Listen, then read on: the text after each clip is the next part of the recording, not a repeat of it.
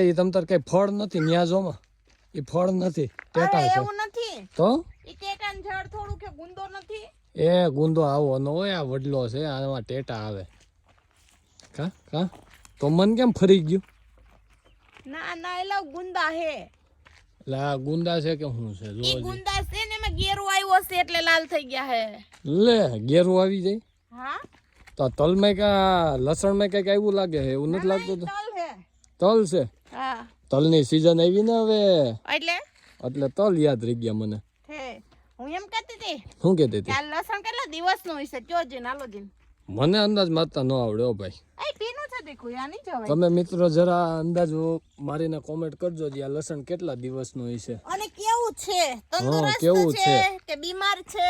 હા તમારી રીતે જો તમને ડોક્ટર પણ આવડતું હોય તો જરા કેજો કોમેન્ટ મારીને કે એટલે તમે બધા ખેડૂત ડોક્ટર જ છે ખેતરના એ તો છે હું નોય ખબર હોય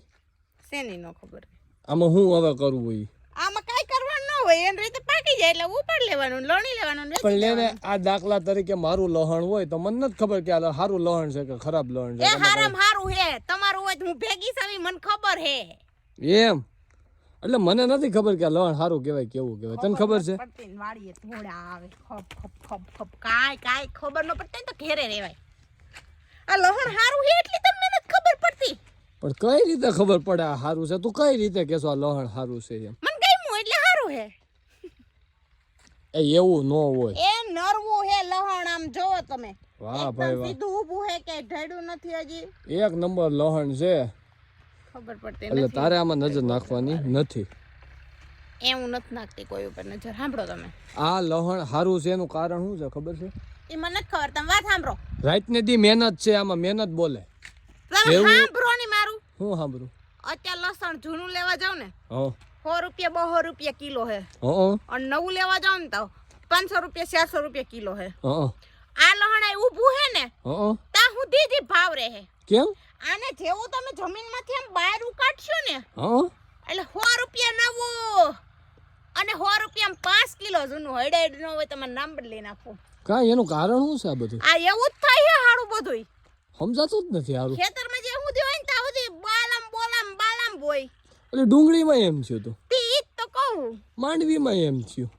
તો હવે સૈણામાં એમ થાય ને હા ધાણામાં એમ થાય જીરામાં એમ થાય ખટારામાં એમ થાય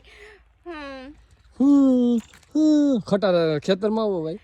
એસે નહીં ખટારો હે 4 વ્હીલ હે જ્યાં સુધી શોરૂમ ની અંદર હોય ને ત્યાં સુધી જ એનો ભાવ હોય બહાર લઈને નીકળો ને એટલે સીધા અડધા કાપી નાખે ઈ તો પાછી દેવા જાવ એટલે ઈ તો ભાઈ નિયમ જ છે તો જીએસટી તમારો બધો ઉડી જાય એ જીએસટી ની મૂળ કિંમત માં જરતો ભાવ કરી નાખે દેવા જાવ એટલે માર બે જીએસટી નું આખું નામ તને આવડે છે ના રે ના શું આવે મને શું ખબર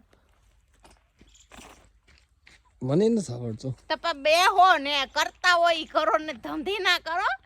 ના કે તમારા બાપનો લીધેલા કારખાના વેચાઈ જાહે કોને તમને લીધા? નથી હીરા વાળાને કહું એટલે આપણે નથી લીધા હો કારખાના આપણી પાસે લોન નથી એટલે હું તમને નથી કહેતી હીરામાં જે જતા હોય ને કારખાના કર્યા હોય ને એને કહું શું કેતે ભાઈ કે તમારા ધંધામાં ધ્યાન ધંધી રાખજો ના કરો નકર લોન લીધેલા લોન કારખાના લીધેલા વેચાઈ જાય કારખાના વેચાઈ જાહે એમ નહીં તો હા એની એક રીલ માં રાડી આવી હતી હમ ઈ કે કારખાને ઈ કે પેલા નોકરીએ જતા હોય ને તો 8 વાગ્યામાં ટિફિન નું ડબલું લઈને ઊભા હોય શેઠ નો આવ્યા હોય ને પેલા ઈ કે ન્યા ઊભા હોય તાળું માર્યું હોય તે અને ઘરનું કારખાનું કરે ને એટલે